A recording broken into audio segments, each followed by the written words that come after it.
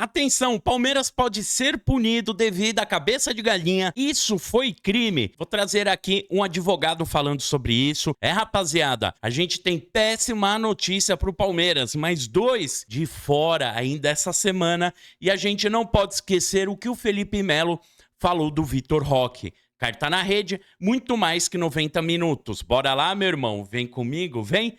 Então roda a vinheta.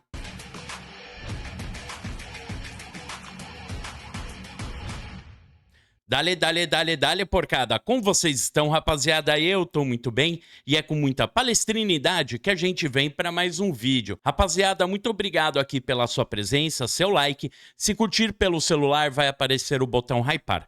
Clica ali porque me ajuda, é de graça e é uma pontuação do YouTube. E os planos de membros estão atualizados. Rapaziada, bora começar com os nossos assuntos? Quero vir aqui e já trazer o Felipe Melo falando sobre o Vitor Roque. Cara, eu gosto muito do que o Felipe Melo explica de futebol, porque ele é um cara que ele é moderno. Ele é um cara que ele veio daquela transição do futebol entre 2005, 2010 e hoje, encerrando a sua carreira. Então ele passou literalmente, né? Aquele futebol mais clássico, onde a gente tinha Alex, aqueles caras lá atrás, 2010, onde foi o auge dele, até que ele foi para a Copa, e depois ele veio já no final da sua carreira, caminhando para o final da sua carreira, aqui para o Palmeiras, jogou no Fluminense, tudo isso, e na minha opinião ele encerrou a carreira dele por cima. Gosto muito do trabalho dele, e agora, né, também como um grande comentarista. E o Felipe Melo, ele falou o seguinte do Vitor Roque, que é importante, porque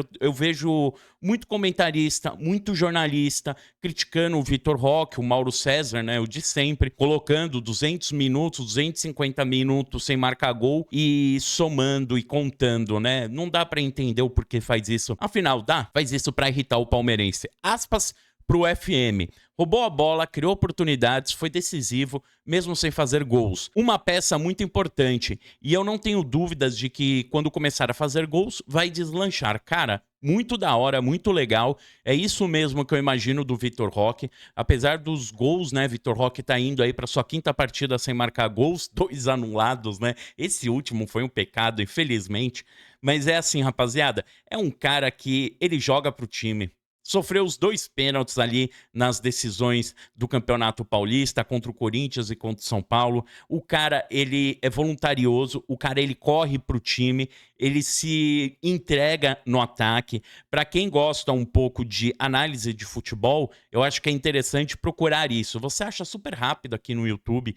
Tem muitas pessoas, tem muito moleque novo que já estuda análise, que explica e mostra que o trabalho dele de forçar, de ir em cima, de apertar a saída de bola, de apertar na recomposição, como ele já se recompõe marcando. Isso mostra que ajuda muito o ataque do Palmeiras. E é claro, obviamente, o gol, né? O cara é atacante, o cara, se não fizer gol, morre de fome. Mas, claro, o gol dele vai sair também. Isso eu acho muito legal. Vamos aqui, rapaziada, agora para as notícias, né? Muito tristes que aconteceram hoje. O zagueiro Murilo, que sentiu dores no aquecimento da partida contra o Corinthians e acabou substituído na escalação por Mikael. Cara, que bizarro isso, né? Eu lembro que o Cássio teve um jogo lá em Barueri também, que ele se lesionou no aquecimento. Triste. Realizou exames e teve constatada uma lesão no músculo posterior da coxa direita. Ele já iniciou o tratamento com o Núcleo Saúde e Performance. Como sempre, o Palmeiras não passou o prazo, até porque, para ninguém ficar criticando o DM, né? O time do Palmeiras recupera jogador, os caras criticam. Imagina se passa um prazo e o jogador não volta no prazo. Vão encher o saco, certamente. Mas aí uma péssima notícia, Murilo, que é titularíssimo na equipe, a gente sabe, e além de ser titular, eu acho que o principal, a avaliação que a gente tem que fazer, que é um jogador que a gente precisa para dar para ter esse time misto, para entrar Fux, entrar Mikael, entrar o Gomes, sabe? Poder ter opção para rodagem. A gente viu nessa última partida contra o Corinthians, o Abel Ferreira falando sobre o Naves, que o Naves é um cara que pediu para sair. Ele falou, ó, quero sair.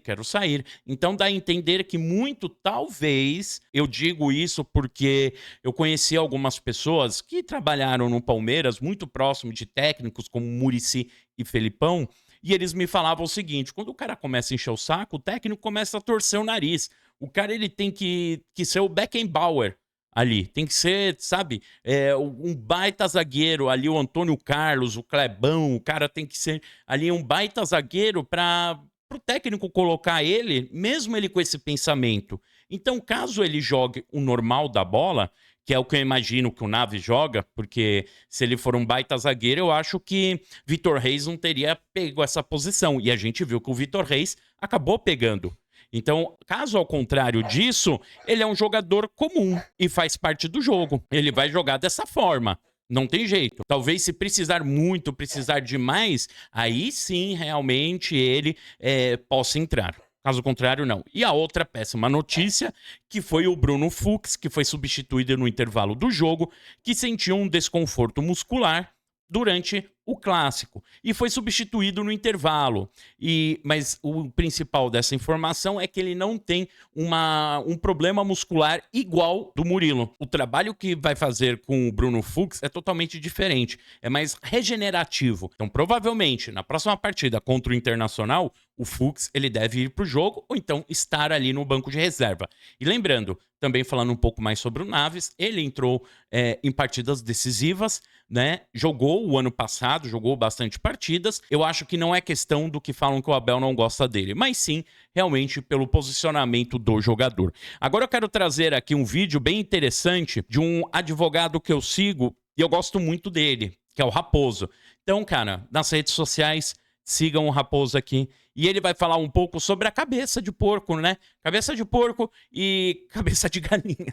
Cara, que bizarro esse. Vamos ouvir que esse manja. Torcedores que jogaram cabeças de galinha no campo cometeram algum crime? Não. Em hipótese alguma, para mim, não tem crime algum, tá? Claro que administrativamente eles têm que responder, têm que ser banidos de frequentar o estádio por um tempo, mas crime não tem.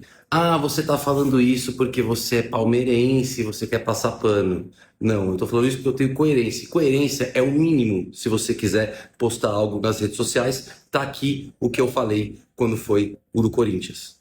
A polícia alega que, teoricamente, teria cometido o crime do artigo Isso aqui foi lá atrás. Foi o ano passado quando jogaram a cabeça de porco no estádio do Corinthians, tá? 201 da Lei Geral do Esporte, que seria provocar tumulto ou incitar violência no âmbito esportivo.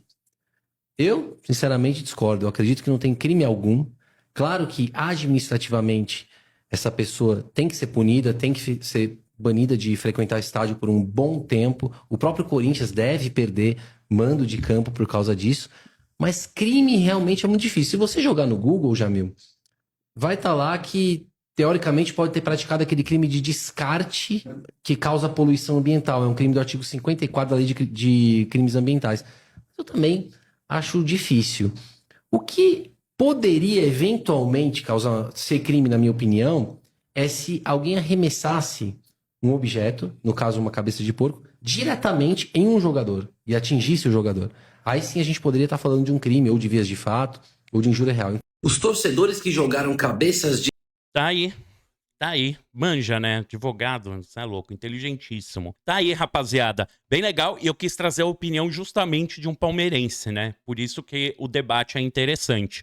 Então, eu imagino que não aconteça nada, eu vou falar a verdade. Apesar que o corintiano da cabeça de porco, ele tá preso, não tá? Eu lembro que há um pouco tempo atrás tinha saído uma notícia. E é o seguinte, é que também, cara, uma cabeça de porco é desse tamanho, né? É grande demais. Jogou as de galinha, é disso aqui. Cara, mesmo assim, não importa. O tamanho do problema é isso que importa. O problema é o mesmo, não o tamanho do negócio que jogaram.